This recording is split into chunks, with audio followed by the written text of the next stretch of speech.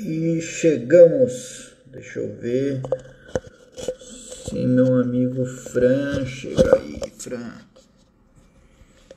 Deixa. Vamos lá.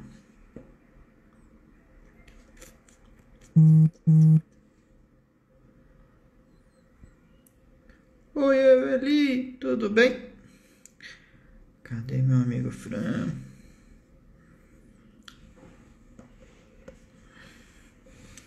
Fala, pessoal.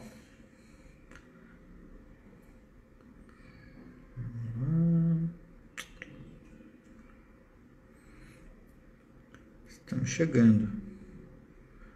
Cadê o Fran? Deixa eu ver com ele.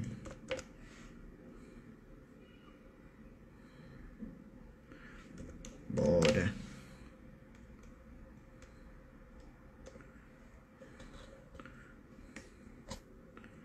Tararam. E aí, Tamires?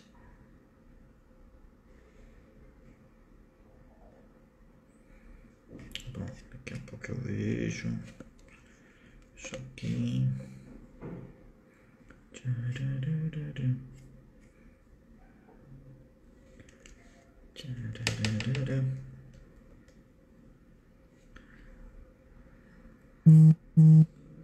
E lá vamos nós.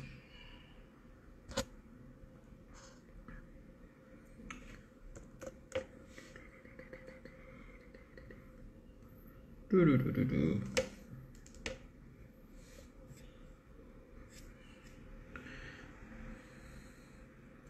E aí, Paulão? Ô louco, hein? Camila. Cadê? Fran tá vindo aí.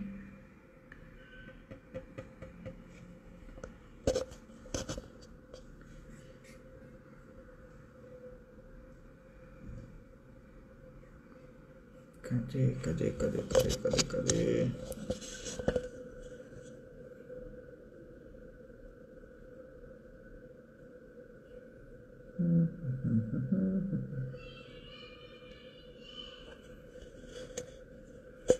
O cara aí, vamos lá. Sim.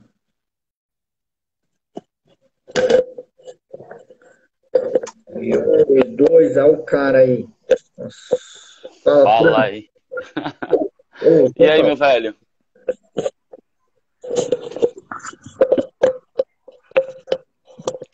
O som tá Se bom, arrumando aí? Vamos se arrumar? tô fazendo a monstra aqui, cara. Seu, 100%. seu, seu microfone, eu não sei se o pessoal pode falar, mas acho que o microfone tá meio longe aí, não? Alô? Deixa eu melhorar Tá. ele. Pera ainda, como diz o Ciro. Pera ainda. Ô, Fran, tá frio aí? Tá, dá uma esfriadinha. É. Deixa eu ver se a Pampa. E um, e dois, e melhorou o som? Melhorou. Tava longe, parecia que você tinha colocado o microfone atrás da.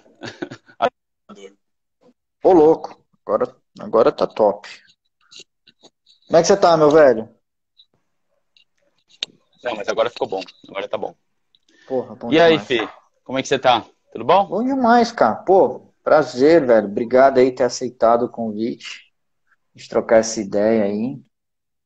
Olha lá, ó. Aí, A Rose já falou que hoje conseguiu, mano. Roseli, grande amiga. A gente, a gente sempre tenta conseguir fazer com que a Rose venha, aparece. Ela e a Cris, filha maravilhosa, gente fina, dona da Inarco, troféus, parceira já há anos. É isso aí. Irmão. E aí, meu Como é que você tá irmão? Tudo passando certo? a... Tudo bem, cara, graças a Deus. Como é que tá a casa nova, Fran? Eu vi aí, você tá de lumberjack aí, hora você tá inventando alguma coisa, hora cozinhando. Porra, animal, cara. Né não? Adoro, cara, adoro cozinhar. Cara, adoro. Na verdade, foi uma coisa que há muito tempo eu quis, na verdade, dar para uma. Ô, E Fran, agora teu com. áudio dá uma fugida assim de vez em quando, mas vamos É, tocando aí. vamos ver se Mas tu melhora. dá um toque, você fala aí de novo e vambora. Tá. O... Então, acabei mudando aqui no começo do ano pra cá, né? Foi logo um pouquinho antes da pandemia. E eu Uhum. tava louco, na verdade, pra morar pra uma casa, né? Cair pra uma casa, ter grama pra cortar, ter flor pra podar, um espacinho meu pra poder cozinhar, que ninguém reclama da fritura, do cheiro da comida. Isso é Não é não? foda. Os É. Mas dog, pra os mim, gatos, né, na verdade, né? cara, os gatos foram a pior parte, né? Porque eu saí do Cara, indoor para outdoor, né, cara? Porque lá hum. eles estavam no apartamento e aqui eles estão para fora. Então eu tive que ensinar os gatinhos. Não sei se você viu stories lá, eu consegui ensinar os bichos a sentar. O pessoal fala, Ô, como conseguiu louco! fazer os gatos? Depois dá uma olhada lá nos stories, tá lá em destaque. Eu É. consegui fazer os gatinhos sentar. Então, tive que, fazer um negócio meio que correndo para os gatinhos aprenderem, para eu tô com um pouco de receio de eles saírem. Tem dois gatos meus que eu acho que não tem problema nenhum eles vazarem assim e poderem curtir a rua. Mas tem dois que eu acho muito lento. Tem uma que é a Lagerta, cara. Se ela pular numa casa que tem cachorro, acho que já era, Já entendeu? era. É. Então é isso, Cara, né? a Mas eu gente acho que adotou um agora. dog agora, tá É. começando a cuidar. Mas é, Ah, que é um legal, filho né? da E puta. isso é uma. Mas é uma. Mas o que eu acho que foi legal, essa fase. Cara, foi uma coisa que, depois de anos, né? Porque eu tive que, com todo o meu trabalho, cuidar de filhos tal, e eu morava perto do metrô, né? Tava com uma casa, um quarteirão do metrô. Você chegou a Sim, visitar minha casa lá, né? foi lá. E aí o que acontece? Badia. Pra mim era uma mão na. Porque ele. Esse apartamento. Tá escutando aí? Tô escutando, vai lá. Você tava falando do teu apartamento. Falei que o Badia entrou aí, tá, Tá mestre. escutando aí o áudio? Tô. Oi? Cortou? Tô ouvindo, Fran. Tá Toca o barco aí. Tá? Deixa eu só ver aqui porque eu acho que o meu que deu. Eu não tô escutando você. Eu te ouço bem. Deixa eu ver o que aconteceu aqui com o meu fone, com o meu som.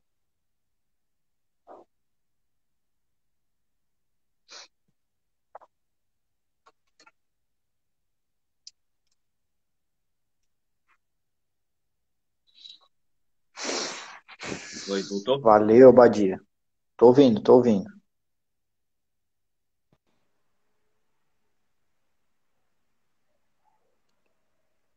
Voltou o som?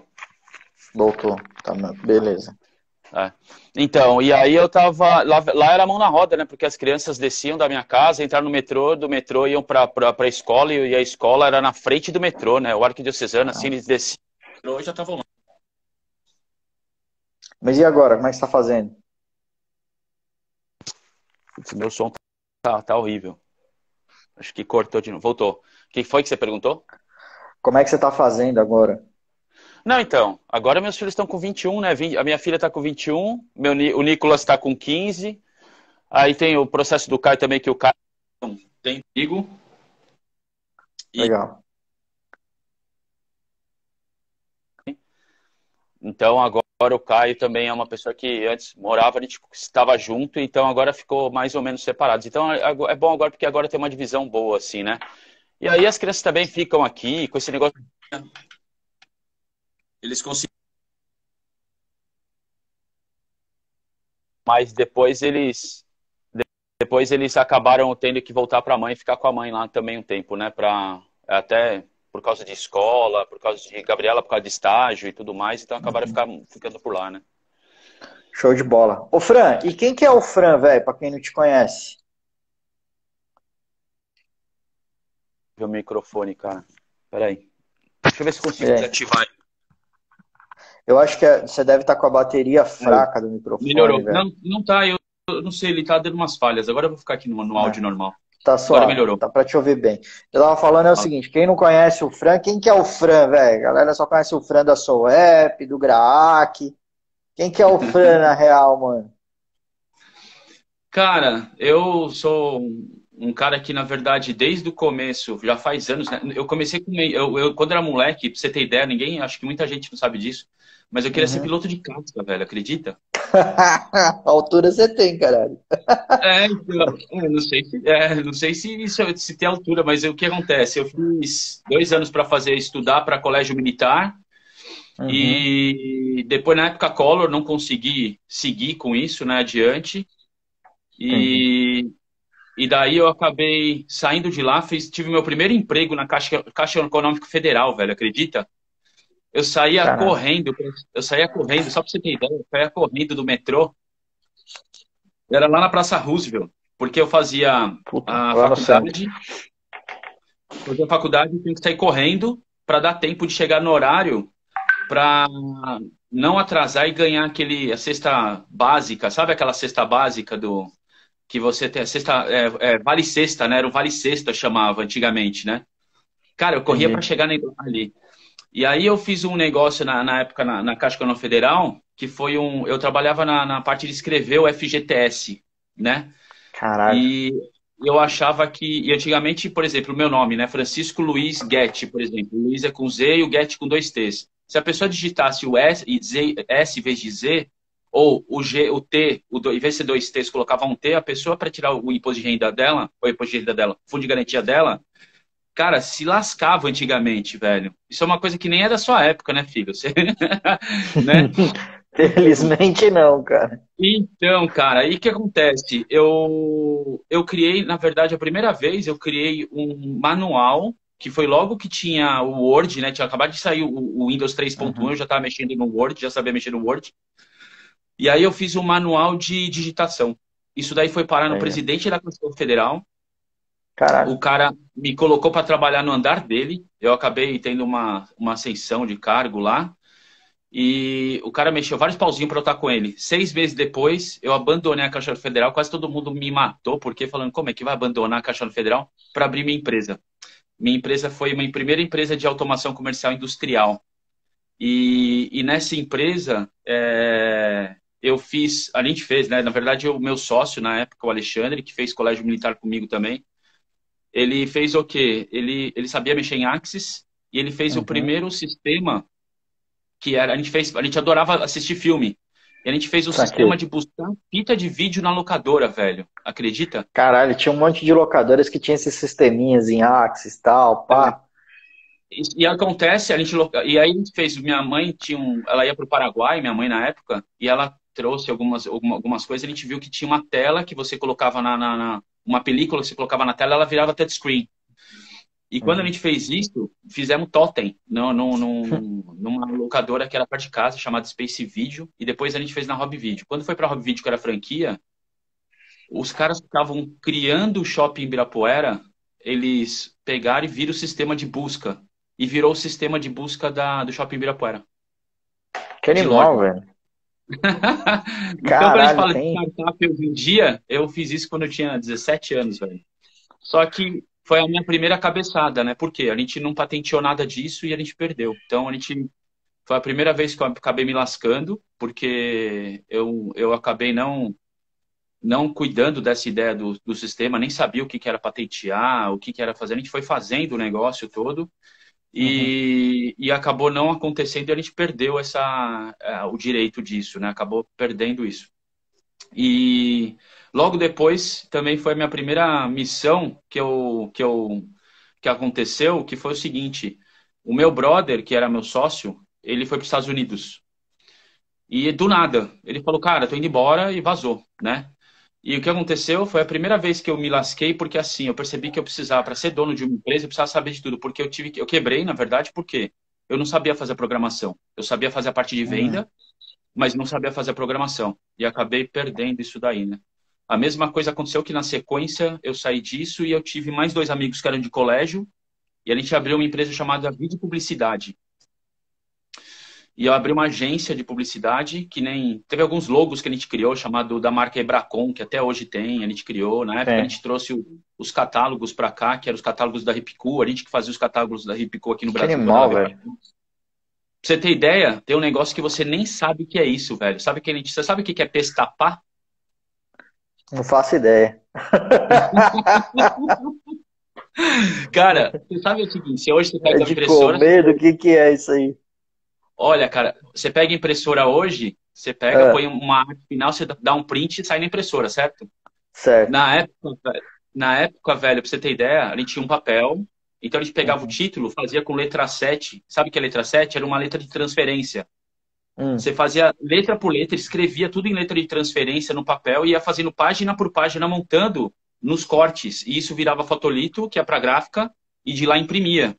Cara, você não sabe o que isso era de trabalho, brother. Na minha época, isso eu tinha 20 Caralho. anos, mais ou menos, 20 anos mais ou menos. E aí eu acabei fazendo agência, tive agência, uma agência bombou também. Segunda vez que eu me lasquei. Por quê? Porque os meus sócios também. O Daniel foi para os Estados Unidos e o João também na época. E ele acabou. Eu acabei também me lascando. Por quê? De novo, eu não sabia mexer no sistema. Ali eu estava começando a mexer, né? Em Uhum. PageMaker, na época, fazendo, né, coisa com Photoshop. Na época tinha um negócio, era freehand, não chamava Adobe Illustrator, né? Chamava freehand antigamente. Eu acabei fazendo isso para poder. Meu pai era lá na área gráfica, então me incentivei a fazer isso, porque eu acabei pegando um pouquinho desse gosto, né? Uhum. E aí foi. Aí eu fiquei mais um tempo com isso. E depois disso, quando eu também acabei ficando na mão, porque. Mas ali não fiquei na mão, né? Porque a gente foi combinando e foi fechando a empresa, eu não fiquei com os clientes na mão como na primeira empresa, né?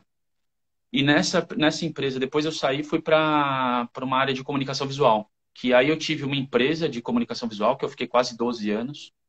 Ela era uma empresa americana, franquia americana. E, cara, isso daí para mim foi um boom, porque eu tive muitos empresários trabalhando comigo. Eu tive uma loja na Gabriel Monteiro da Silva, em frente ao shopping Iguatemi, ali, quase na Uhum. esquina com a Faria Lima. Uhum.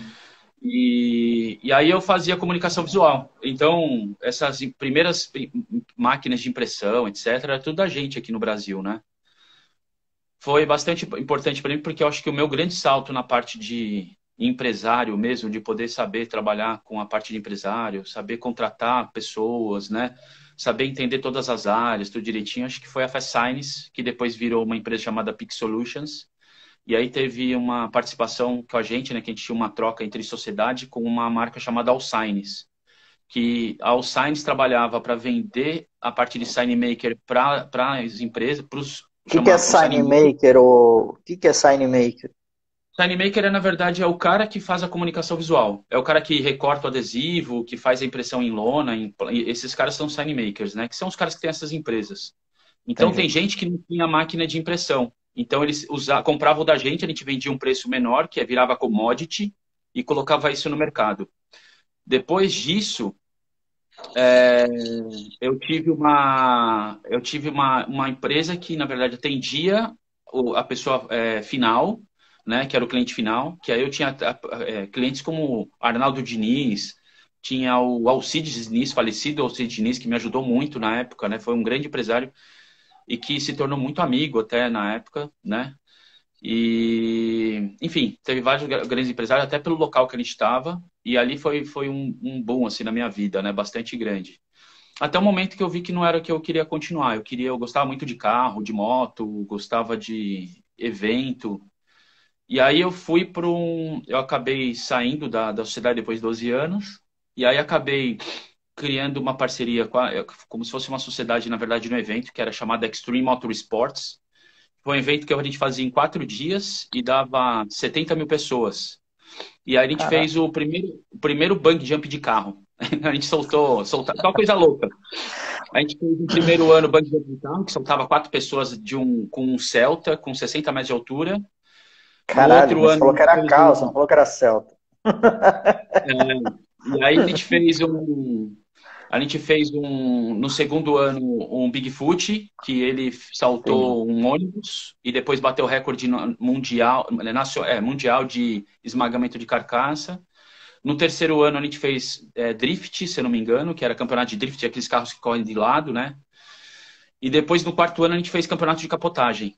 Então, que só coisa louca, né? Puta evento legal pra caralho. Foi um período Cara, que eu trabalhei numa revista chamada Revista Full Power, que a gente mudou, e, na verdade, o setor. Eu fui diretor de marketing comercial dessa área. E o que foi muito legal desse período também? É, cara, foi acho que um dos momentos também mais legais porque a gente dominou o mercado, né? Na verdade, na época. O Edu, que é o dono era o dono da editora, que agora fechou, né? Na verdade, ele só tá com a parte digital. Mas a gente dominava o mercado, a gente era o formador de opinião, né? Então, por exemplo, a Pirelli na época criou um pneu baseado no que a gente estava, no que a gente tinha em diagnóstico, na verdade, né? Então foi Cara, bastante interessante, é.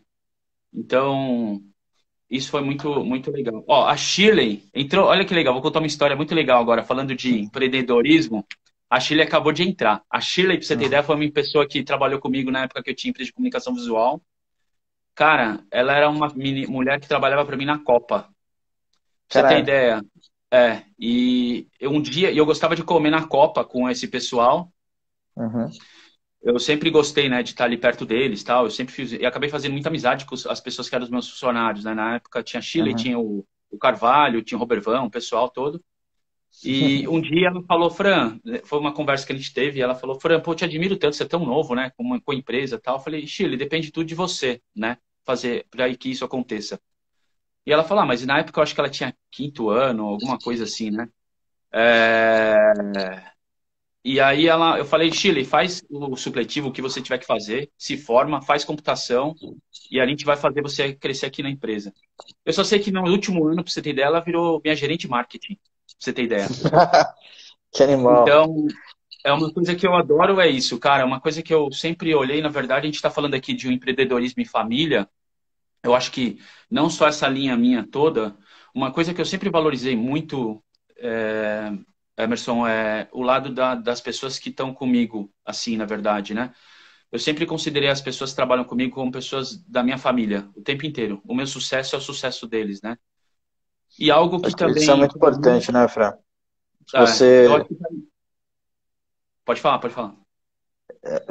Eu gosto muito dessa ideia de liderança servidora, né? Que é de você trazer as pessoas para perto, você conseguir fazer com que elas se motivem sentindo parte de uma história. Acho bem interessante e importante, né? É, É. do que só a relação ali, toma seu salário, faz seu trabalho e vamos embora. E, cara, Emerson, eu acho que tem uma coisa, né? Todos nós estamos aí para crescer e aprender. Eu acho que quando a gente está na linha de frente, né, a gente tem que liderar uma equipe. A ideia é essa. Eu fiz isso, acho que a minha vida inteira, e eu quero fazer o resto da minha vida. Eu acho que, tanto que esse ponto de terceiro setor, de fazer essas lives, etc., é o mesmo Fran, para quem me conheceu lá atrás e para quem me conhece hoje, é o mesmo Fran de lá de trás, entendeu? É valorizando as pessoas que estão comigo, aquelas que acreditam em mim e quer crescer. E tanto que a mesma história eu passei dentro do GRAAC quando eu desenvolvi a área do terceiro setor, né? As pessoas que estavam comigo Uhum. tinham que acreditar no que eu estava colocando como ideia, né? E era uma mudança muito radical para dentro do terceiro setor.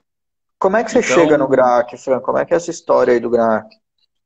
eu na verdade eu saí da revista Full Power e do Extreme e foi um momento Tá? difícil meu, que eu acho que entra Cara, é também o lado pisciano, né? família. Pisciano é um negócio muito doido, né? O cara faz a parada de.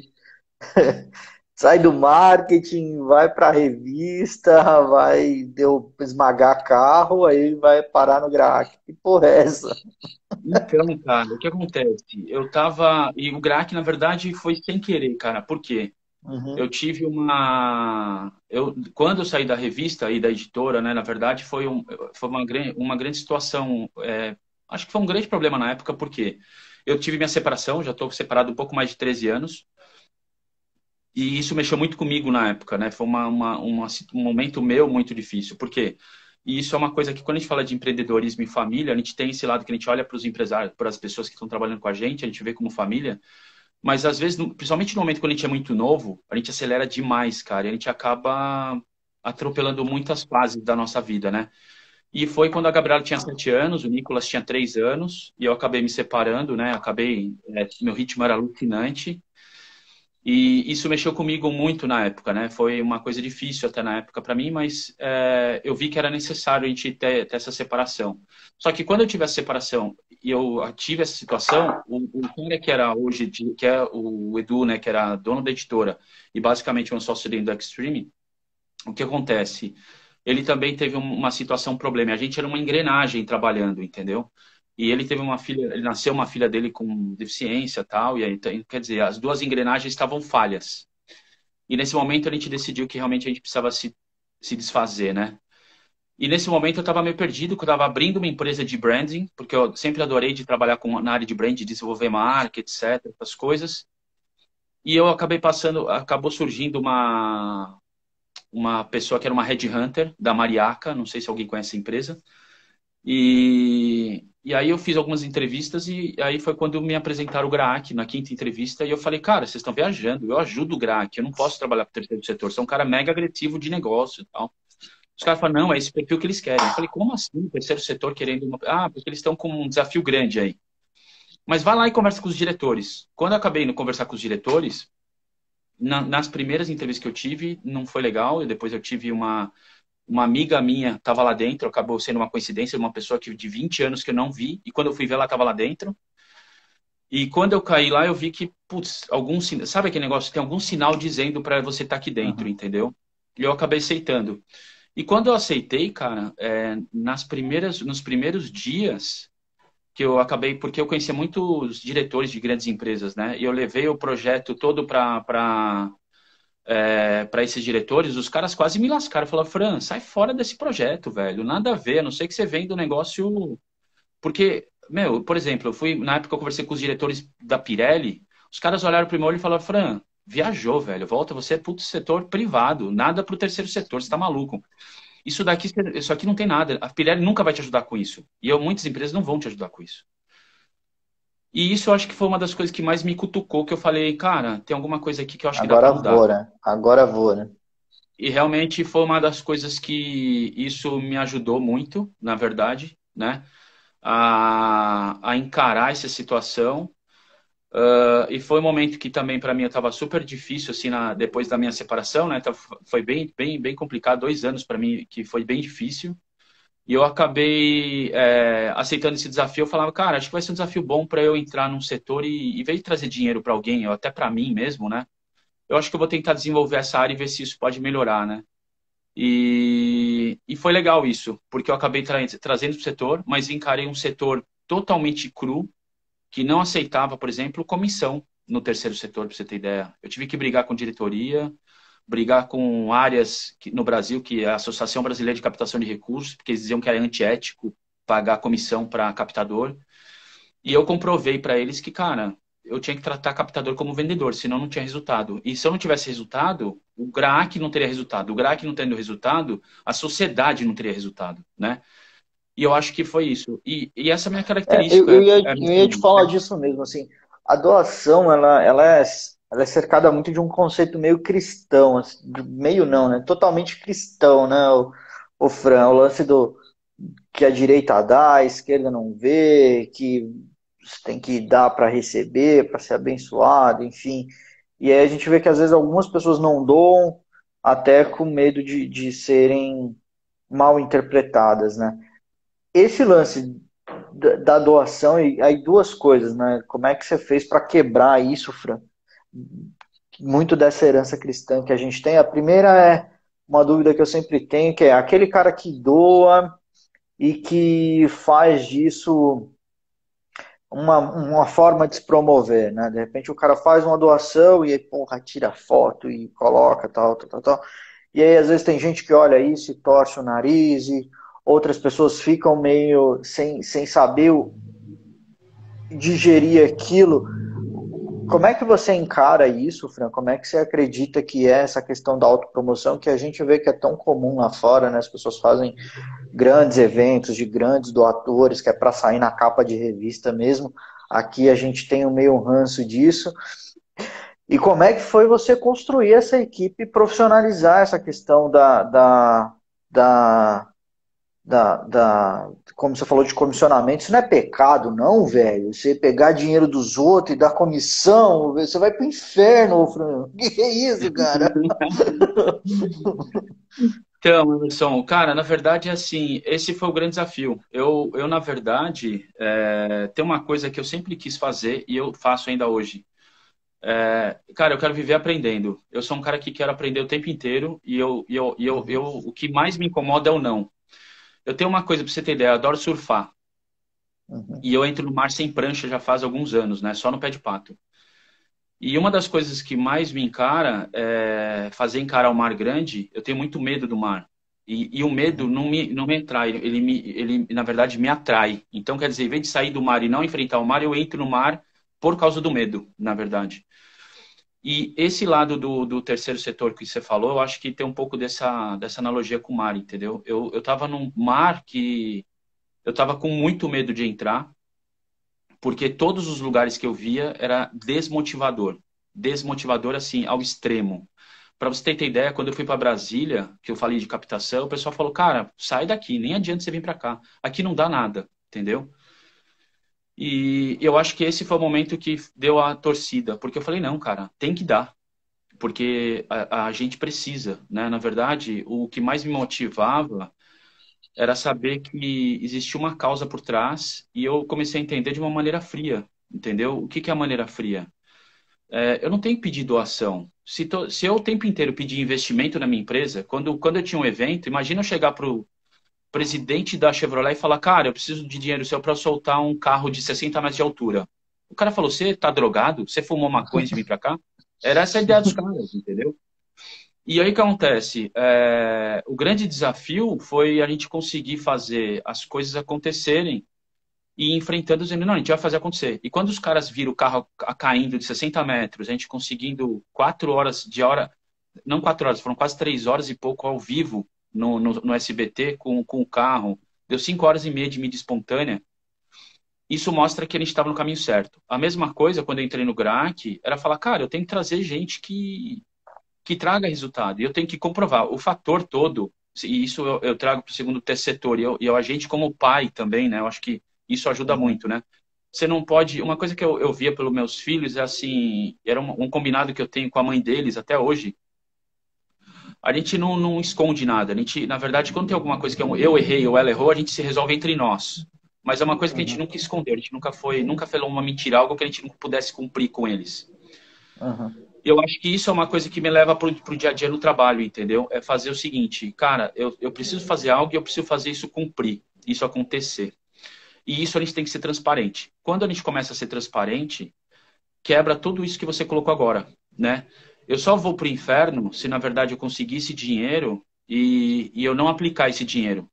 Só que o dinheiro que a gente conseguia, eu comprovava que estava sendo executado e comprovava que aquilo estava acontecendo, entendeu? E o grande fator era o seguinte: a hora que ele te entrega, o cara fala, cara, não é que esse negócio aconteceu mesmo? E aí os caras começam a apostar mais na gente. E isso é qualquer um, seja pessoa física, seja empresa, seja governo. E eu acabei usando a mesma, vamos dizer, o mesmo racional para todas as áreas, entendeu? Isso foi muito legal. E isso foi uma coisa muito de família, que assim, é um pouco de que me traduz pelos meus filhos, né? É você ter aquela transparência com eles. Independente de qualquer coisa, você é transparente com eles. Cara, dá para fazer, não dá, consigo ou não.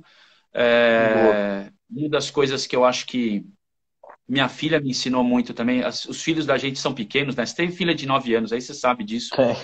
Na verdade, acontece algumas coisas assim, por exemplo, a Gabriela era uma pessoa muito forte, né, de gênio, né? E ela falava assim, eu vou pular aqui dessa escada, né? E aí eu não ficava falando muito, né? Mas eu falava assim, pula, né? A mãe às vezes ficava meio louca, falava, cara, ela vai se machucar, ela vai se machucar. E aí ela pulava, né? E ela pulava, ela olhava pra gente e falava, tá vendo? Eu não me machuquei. E isso é uma ousadia, né, cara? É uma ousadia e a gente fala, cara, se a criança tem essa ousadia, por que que a gente não tem, né? A gente tem que ter Uhum. essa ousadia. E se machucar, cara, a gente fala, pô, machuquei mesmo. Beleza, É isso machuquei, aí. você falou, eu escutei. Mas não quer dizer que a pessoa fala pra você, você vai se machucar e você breca. Uhum. O legal é isso, entendeu? Sim. Eu acho que E aí esse é um o ponto lance que. que. Sim, sim. E aí você enfrentou comentou que você enfrentou essas pessoas, né?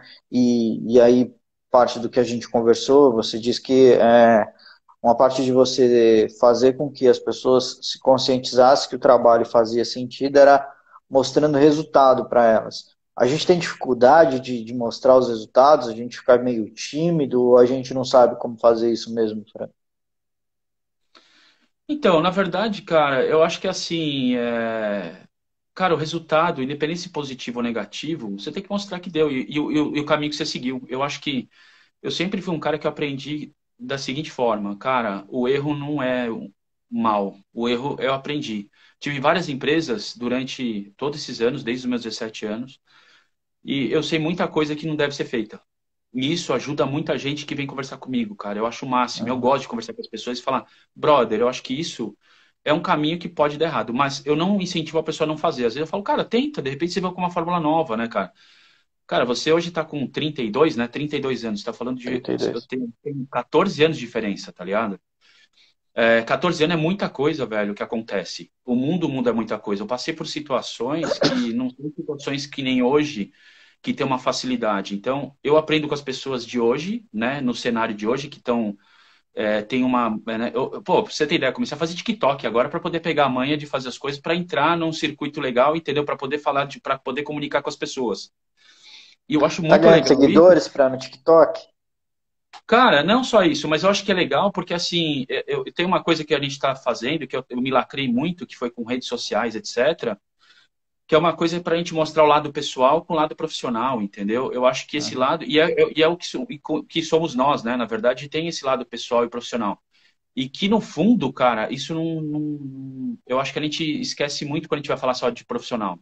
E a gente tem uma pessoa por trás disso, né? É uma pessoa que teve uma experiência há muito tempo ou passou com dificuldades, né? Então, enfim, com várias dificuldades ou que teve várias linhas de aprendizado, né? Você falou assim para como é que você formou essas pessoas dentro do terceiro setor, por exemplo? Cara, teve gente do terceiro setor que eu levei para o mar para aprender a surfar, para depois essa pessoa poder chegar lá e desempenhar um trabalho adequado, entendeu? Teve cara que não sabia nadar, consegui fazer pegar onda e no final do ano ele passou, bateu meta, Que entendeu? onda. Isso foi uma coisa muito legal. E eu fiz como se fosse um coach no mar, entendeu? Para quebrar o dia a dia do cara. Eu trouxe um pouco daquilo que eu sinto no mar para aquela pessoa e a pessoa colocou no dia a dia. Essas coisas, cara, é uma coisa muito fora Eu acho que da caixa. teve um gerente que hoje é meu amigo, que eu tive na IBM, que ele falava muito que você na empresa, numa posição de liderança, é muito parecido com o filho, né? Você ensina mais pelo exemplo. Então, à medida que você, ó, minha fã, Juliana Castellini, vive todas as minhas lives ela tá, um negócio impressionante. Legal. É, você você ensina pelo exemplo, né, cara? Então, por isso que você tem o pessoal compartilha isso ao tempo todo, que as pessoas elas pedem mais demissão por um chefe ruim ou por um ambiente ruim, do que necessariamente pelo salário, né? Então você conseguir engajar essas pessoas, você conseguir despertar o melhor dessas pessoas é muito importante para você alcançar os objetivos, senão fica manco, Então, né?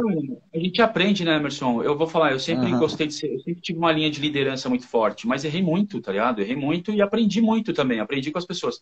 E por incrível que pareça, cara, eu aprendi muito mais depois que eu tive filho, entendeu? Eu vejo o Nicolas, meu menor, né? Putz, ele é um moleque super inseguro, etc. E ver o moleque quebrando os paradigmas dele para poder vencer o dia a dia dele, tá ligado? Para poder entrar no futebol, perder a insegurança e tal. E aí você fala, cara, quantas coisas eu faço igual, entendeu? E o moleque tá Sim. replicando, porque o cara é um moleque jovem. Aí ele vai lá e quebra aquilo, e a gente volta para casa falando, pô, se meu filho quebrou isso, por que que eu não quebro? Teve uma coisa muito legal que aconteceu com a Gabriela uma vez, que isso é uma história bem Uhum. legal também, que fala essa parte de liderança, né? Eu estava numa competição com ela, que era não sei o quê, Bom Jesus Orgânico, alguma coisa assim na cidade, e a Uhum. Gabriela estava montando num cavalo que não era dela, que ela corre tambor, né? Uma prova super estresse, assim, que ela tem que sair com o cavalo em alta velocidade em um circuito muito curto. E eu Tá. sempre tive, e eu comprei uma câmera para poder tirar foto dela, então eu sempre estava na pista, né? As pessoas deixavam na pista. Quando eu olho a Gabriela longe, assim, o cavalo empinando com ela. E o cavalo super empinando Ah, com ela, empinando, e o cavalo que não era dela, né? E eu vi o uhum. treinador dela pegando o cavalo e segurando o cavalo, segurando o cavalo. Fala, E Brunão. aí eu larguei a minha câmera no chão, uma câmera que custava só de corpo, deve custar uns 10 pau, mais a lente mais uns 10 pau, larguei no meio da terra, assim, saí Caralho. correndo e fui lá e falei pro Carlinhos, que era o cara que tava dela, falei assim, cara, corre, pega Eu falei, tira essa menina daí de cima, e o cavalo pulando com ela, né? Uhum. E o cavalo pulando, e ela tinha, pra você ter ideia, 8 anos, velho. 8 anos com um cavalo que o lombo era a altura da minha. Eu tenho 1,80, a altura da minha cabeça, assim, né? E aí ele pulando, pulando, pulando. Aí de repente eu falei, Gabriela, você desce desse cavalo, Gabriela, você desce desse cavalo. Eu berrando, todo mundo olhando. Daqui a pouco a Gabriela pegou, deu um tranco na boca do cavalo, o cavalo parou. E ela olhou pra mim, assim, forte na época, né? E falou assim: pai, dá pra você confiar em mim? Isso, cara. Eu olhei assim e falei: caraca, brother. A mina me quebrou, né? Ela com 7, 8 anos, ela me quebrou. Quebrou no meio. Aí eu saí quieto, fui, voltei, peguei minha câmera. E ela entrou e fez um dos melhores tempos dela na época, né? Depois ela olhou pra mim e falou: pai, você viu? Foi minha melhor volta, né? Você tirou várias fotos. Cara, eu não tinha conseguido clicar uma vez. Eu Caraca. não cliquei. Eu não cliquei uma vez. E detalhe, velho, sabe o que aconteceu? Hum. Naquele dia eu voltei no carro, refletindo, conversando com ela, e eu vi que eu sou um cara que às vezes eu por aprender muito, eu quero muitas vezes ensinar as pessoas e falar, cara, segue esse caminho. E eu deixava de não confiar, eu deixava de confiar nas pessoas, sabe? Por mais que eu sabia que ela era competente, eu acabava querendo explicar e conversar com a pessoa o que ela deveria fazer, entendeu? Depois desse dia, eu voltei na segunda-feira, foi num domingo, voltei na segunda-feira, fiz uma reunião com uma equipe lá na época da captação. Falei, gente, o que que vocês acham melhor que a gente deve fazer?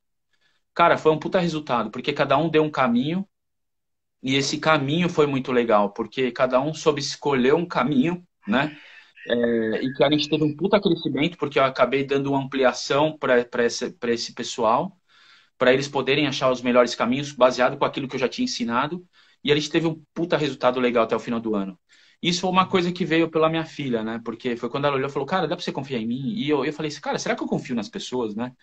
Eu sempre quero colocar uma Tem forma. Isso é muito uma. Eu legal. sempre comento com as pessoas que, às vezes, quando você tem que escolher onde vai dar merda, entendeu, Fran? Não dá pra você controlar todas as variáveis. Então, É, você tenta deixar as coisas o melhor encaminhadas possíveis, confia no seu time, né? Não tem outra coisa a se fazer, afinal, você contratou aquelas pessoas, escolheu elas. E se em algum momento você achar que algo vai sair do controle, cara, escolhe onde essa coisa vai sair do controle, inclusive para servir de aprendizado, né? Hoje você vê que os grandes, enfim, o pessoal que trabalha com liderança, tal, tá trabalhando com palestra, a pior coisa dentro da empresa é a empresa onde ninguém pode errar, né? As coisas têm que sair tudo perfeito, ninguém tem a capacidade de fazer algo diferente. É o pior lugar para você estar hoje, é o pior tipo de cultura para você trabalhar. As pessoas têm que ter a liberdade, às vezes, de fazer cagada, de errar, e de, com isso, conseguir aprender. É difícil, não é fácil, né? A gente sabe que é complicado, mas eu acho que é uma. Hoje eu prezo muito por isso, de você dar liberdade para as pessoas, delas conseguirem fazer as coisas. Isso foi algo que eu aprendi também, cara, não foi fácil. Eu sempre também tentei controlar, eu vim da área técnica, né? Então, para mim, é muito esse negócio de eu vou lá e resolvo o problema, né? Não delego. Se o negócio começa a enrolar não, de o legal é meses, assim, eu vou lá e ponho a mão. Então, esse negócio de delegar, às vezes eu acho que é um aprendizado bem difícil, mas ele é importante. Você deixar com é, que as pessoas façam as coisas, errem, dê cabeçada, enfim, resolvam e o e que bola você para acha que frente. entraria para ajudar, né? Eu acho que é a mesma coisa. Uma vez eu passei pelo Nicolas, ele estava na escola e eles estavam pulando escada, tá ligado? Quando começa a pular degrau. E ele se desafiando nos degraus lá da escola, né? Então pulava no primeiro, no segundo, no terceiro, que foi uma outra coisa também que foi interessante, cara. Olha que legal isso. Eles chegaram, eles pularam, estavam no primeiro degrau, no segundo, aí eles pulavam. Beleza, ele e um amigo, né? Tava no terceiro, os dois pularam, no quarto, os dois pularam, no quinto até o sétimo, né? Eram 11 degraus assim para pular. Então eles pulavam e pulavam até a base, tá ligado? E eu falando, velho. Aí ele olhava para mim e falava, pai, você acha que eu vou machucar? Eu falei, ah, não sei, velho. Você tem que saber aí o que você tá sentindo, né? Aí o amigo dele pulou o sétimo degrau. Aí ele olhou pro amigo dele, olhou pra mim e falou: cara, se o moleque pulou, eu vou pular, né, meu? Ele pulou. Chegou no oitavo degrau, ele já pulou antes do moleque. Aí o moleque tava com medo, olhou pra ele e falou: porra, velho, eu vou pular esse degrau, tá ligado? Pulou. Foi assim que foi pulando um pro outro, né? Um foi pulando e automaticamente um foi desafiando o outro, entendeu? E no último degrau, que eles não enxergavam a base mais ou menos, quando um amarelou, o outro amarelou.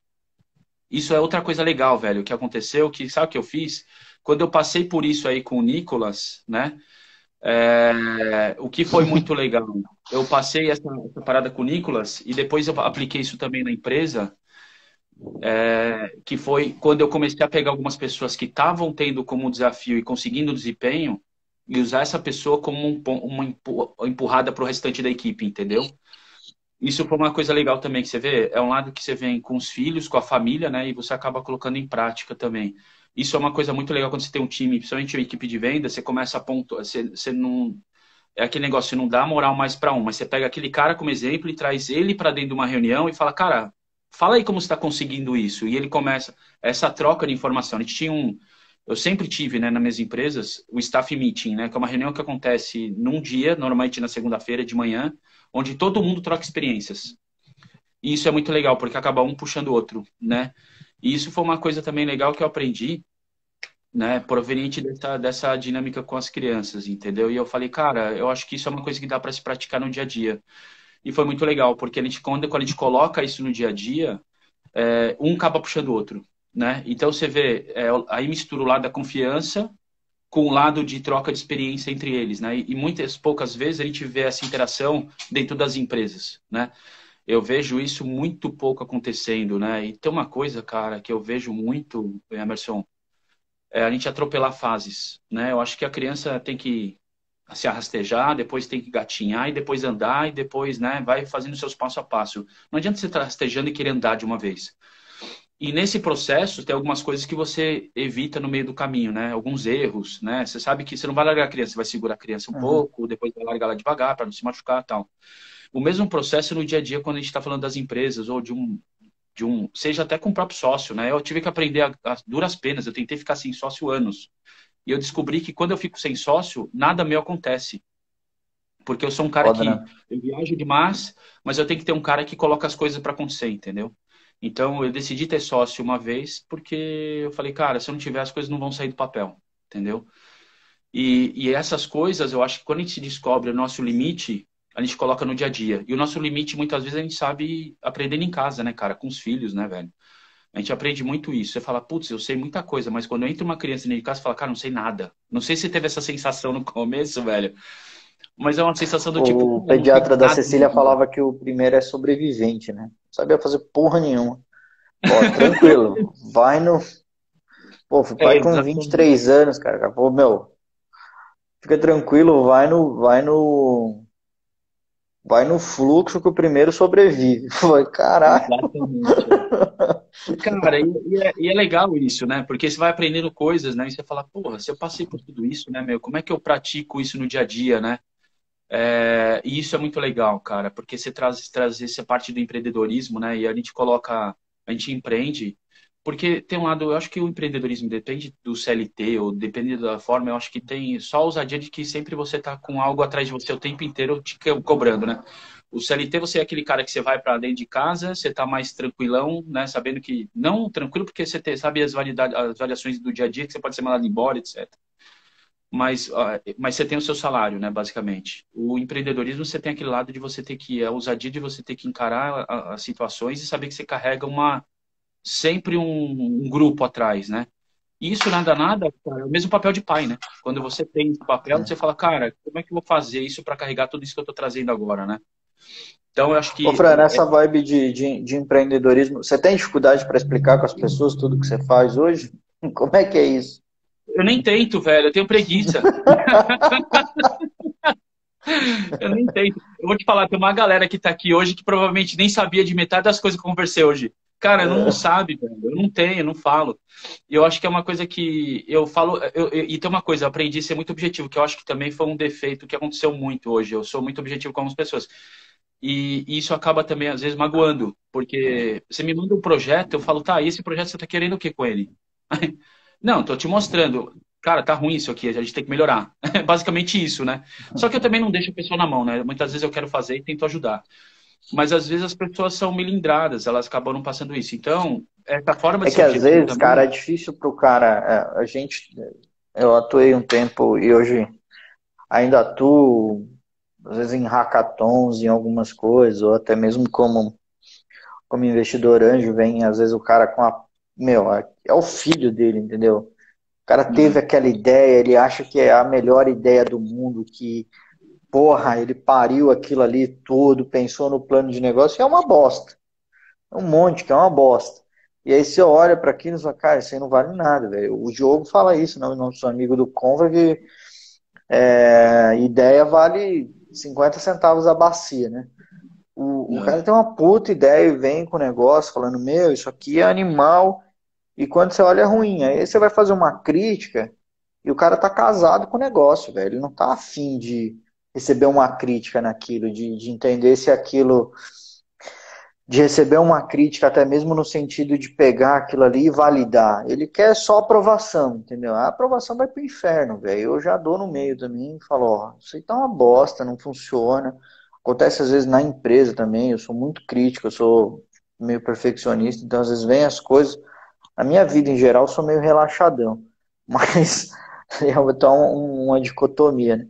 Mas na empresa eu sou muito crítico das coisas que eu faço. O Bruno que tá falando comigo aí, o Bruno que é um cara que a gente trabalhou muito tempo juntos, trabalhou comigo na empresa, a gente trabalhou junto também em outros projetos, é, e sabe, velho, eu peguei no pé dele pra caralho quando trabalhou comigo, quando a gente trabalhou em empresas diferentes, a gente era parceiro, e eu sou super crítico. E às vezes vem um negócio que pro cara fala, ah, isso aqui tá legal. Eu falo, não, isso aí tá uma bosta. E aí tem um negócio também do feito é melhor que perfeito. Eu não gosto muito dessa ideia, Fran. Você gosta? Como é que é esse negócio do feito é melhor que perfeito, hein, cara? Cara, eu vou dizer assim, eu não gosto do. Não só do feito, entendeu? Eu também acho que, assim. Tanto que eu sou um cara que, se você perguntar pra mim isso, eu não digo que eu sou perfeccionista, mas eu não gosto de passar informação em vão, né? Então é que nem quando a pessoa quer discutir com política, tem coisa que eu nem vou discutir com você porque eu falo, cara, eu não sei. Aí daqui uma semana eu discuto com você, por quê? Com certeza você vai ver que eu pesquisei pra caraca, Pesquisei, entrei. né? Então acho que isso é muito, muito legal, A mas Cris tá assim. falando, o ótimo é inimigo do bom. Putz, Cris, eu sou meio crítico dessa frase, Cris. Eu Então, não, só que eu eu acho acho assim, até, eu acho em algumas situações é até usada, mas porque senão fica num negócio também de só vamos fazer nas coxas, entendeu? O importante é exatamente, fazer. então, mas E esse é um aí, problema que aconteceu geral, tanto que tá aí, ó, terceiro setor. Cara, prestação de contas. Ah, não faz. Então, isso tudo cagado. é o errado, entendeu? Então, quando você fala assim, para você ter ideia, eu vou te falar uma coisa muito simples. A gente faz, conversa com instituições, etc., com tudo, para ajudar. Velho, de cada 50 sabe quanta toma atitude de ligar e ficar fazendo as coisas comigo?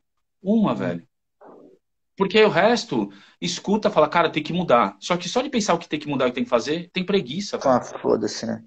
E aí vai ficar o resto da vida reclamando, entendeu? E eu acho que esse é o fator que, entendeu? Eu acho que esse negócio de fazer mais ou menos e fazer meio que nas coxas com as coisas, eu não sou a favor, mas eu também, a gente pensar em sair do lugar no perfeito, também não sou a favor. Mas eu acho que a gente tem que sair com algo aceitável hoje em dia, entendeu? É um negócio que você fala, cara, isso aqui é o mínimo que eu preciso sair para poder ir para o mercado ou para tentar ativar alguma coisa. E o mínimo, na verdade, o que que para mim marca hoje o mínimo? O que as pessoas estão fazendo. Então, por exemplo, se você tem uma forma de apresentar que hoje ela vamos dizer, um vídeo ou é um negócio animado, etc., aquele é o mínimo aceitável hoje. Que não é o meu mínimo, que eu não faço isso, entendeu? Então, esse mínimo, eu acho que ele também ele é mutante, né? Ele vai acontecendo de acordo com o tempo, ele vai dando uma atualizada. Que eu acho que ele tem que olhar aquilo que é melhor na ponta, e estando como o melhor, você fala, cara, esse é o mínimo que eu tenho que apresentar. Não dá para ser menos que isso, entendeu? Senão eu entro na vala. Eu acho que aí você entra numa vala comum. Então, eu também não sou a favor do mínimo de fazer, mas eu também não sou a favor de sair numa mega perfeição. Senão, cara, eu acho que a gente perde muito tempo. Eu acho que a gente vai ajustando no O que eu caminho, sou entendeu? crítico, eu acho que assim, a gente estava até conversando na live anterior, eu e o Luiz Mar, que é diretor comercial da Oracle, e é óbvio que a gente precisa ter velocidade, precisa ter go-to-marketing, etc. Mas é a qualidade com que as pessoas executam o seu trabalho, né? Eu acho que a gente tem uma Exatamente. mediocridade geral, cara, hoje no mercado brasileiro. Você vai olhar para o que é produzido fora em termos de trabalho intelectual mesmo. Eu nem estou falando só do trabalho braçal, cara. Mas do braçal também, você vê que parece ter um cuidado maior. E as pessoas trabalham muito, e aí é uma questão de produtividade mesmo, né? E a gente aqui é, porra, tudo nas coxas, deixa o negócio, sabe? Depois eu vejo isso. Cara, eu fico louco com isso. Eu toco fogo lá na Salta e no povo, eles sabem que eu não brinco, não. E Então, mas eu acho que então, eu acho que a gente assim, tem é um uma nível. questão de se propor a entregar bem. Eu acho que a questão do mínimo ou do perfeito é uma história, sabe? É isso que eu discuto. Eu acho É que isso assim, aí mesmo. cara, nós vamos fazer um MVP? Vamos fazer um MVP, mas nós vamos fazer o melhor MVP possível, sabe? Vamos fazer um negócio bem feito, bem estruturado. Não um negócio de pá, já faz nas coxas e entrega. Então, dentro daquilo que você se propõe, você fazer bem, e não É isso fazer aí. além ou fazer um negócio muito doido. Acho que é isso. Fran, a pandemia deixou as pessoas mais com o coração mais aberto, as pessoas estão doando a mais, ou as pessoas sempre doaram isso, só que de uma maneira não muito estruturada ou sem a visibilidade que você tem hoje? Como é que você está vendo isso? Cara, na verdade, eu até cantei a bola antes, né? Porque assim, todo. É que nem. Eu sempre fui um cara que foi amante de história de guerra, etc, né? E uma Uhum, das coisas que, até pelo meu histórico, né, de ser piloto de caça, tal, na época do passado, então, uhum, isso é uma coisa que ficou meio marcada em mim, né? E uma das coisas que você percebe, toda vez que teve um país que passou por alguma guerra ou por uma pandemia muito forte e tal, eles acabam ficando mais sensíveis, vamos chamar assim, né? E uma das coisas que a gente, eu já tinha cantado a bola, falei, cara, é o momento das entidades se preparar porque vai vir coisa boa por aí. Pra você ter ideia, nesse período de pandemia foram doados mais de 6 bi de reais, né? E caralho. isso não é porque as Isso a pessoas nível ficaram. Brasil? Brasil, só Brasil.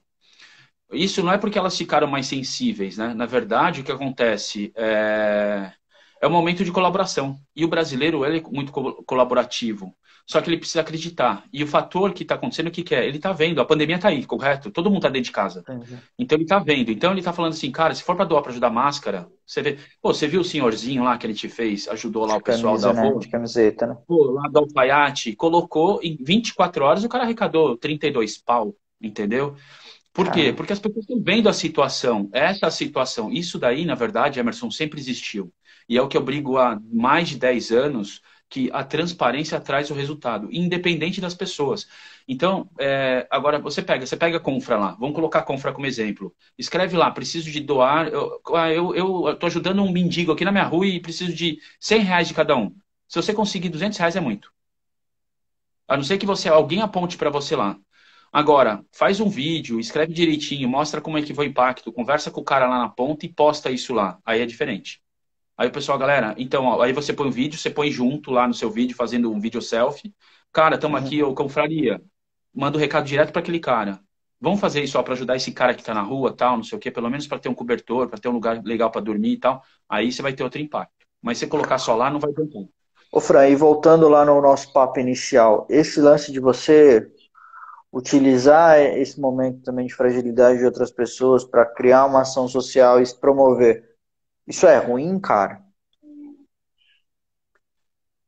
Pelo contrário, velho. Para mim é sempre exemplo. Ruim é não Cara, doer, né? Ruim é não doar, né? velho, na boa, o ruim é criticar e não fazer, entendeu? Eu acho que é isso. E eu acho que a gente tá, e cada vez mais a gente tá, o mundo tá ficando, essa molecada que tá entrando e outra, a geração que é a geração que já tá aí, né? Na verdade, já atuante, né? A Uhum. geração de 30 anos, que é a sua geração aí, 30, 33 anos, tal. São os Obrigado, caras Fran. conscientes, mano. Não, eu tô falando, são os caras conscientes. Você é um cara consciente. Certeza que você já tem uma forma consciente. Você pode não saber como fazer, mas você é um cara que, com certeza, eu dou um tiro às cegas aqui. Se tem um produto lá na Uhum. gôndola e você sabe que aquele produto vai ajudar o ambiente, você vai preferir ele. Sim, sem Se é um dúvida. Você produto. paga mais, né, Então, por quer isso. dizer, o que a gente estava falando. Então, imagina 10 anos atrás. 10 anos atrás, você está falando de 23 anos que você tinha. Você estava começando no mercado de trabalho. E eu já venho falando, cara, a Eu galera que já vai entrar. tava cascudo já. Mas beleza. Não, tudo bem, mas você estava cascudo, mas só que assim, você tava acelerando, certo? Sim, Hoje você sim, tava concluiu com acelerando, 10 né? anos, Eu comecei a você trabalhar está em com outra 13 pegada. anos, mas vamos. Só que 33 anos você tem um momento que você consegue trabalhar e conscientizar. E se marcar, colocar o trabalho consciente, né? Então, o que Sim. acontece? Esse é o caminho. E eu já tive cantando a bola há 10 anos atrás. E uma das coisas que a gente está fazendo hoje é exatamente isso. A nova geração que vai vir, que é a de 20 anos, que é a da minha filha, né?